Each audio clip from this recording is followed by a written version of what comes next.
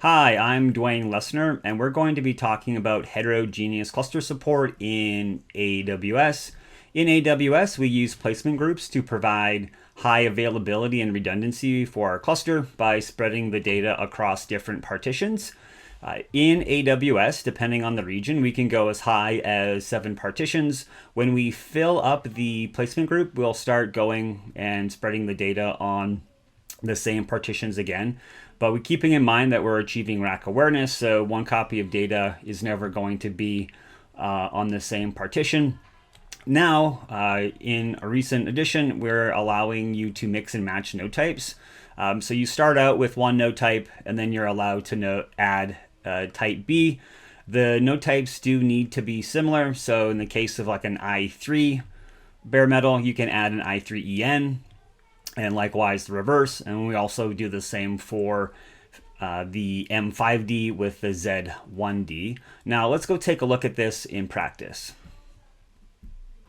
We are in our NC2 portal where we have an AWS cluster up and running.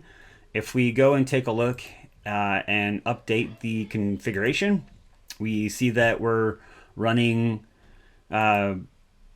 M5D for our base cluster.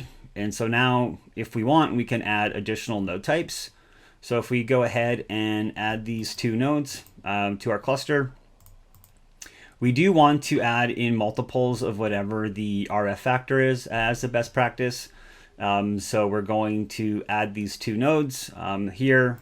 Depending on how you add the nodes, you may have to reboot the UVMs to get on the same level of the CPU.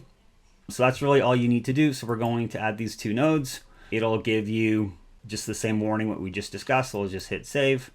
And like that, we have a heterogeneous cluster. This is also great in terms of availability. And if a region runs out of a node type and you lose a node, we can add the nodes into a cluster to achieve the same redundancy. So now that those nodes are being added, let's take a look at AWS and see that in action.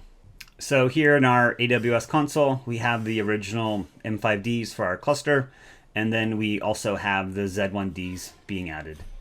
And so heterogeneous cluster support is automatic, and it's there for higher availability and to provide our customers more options.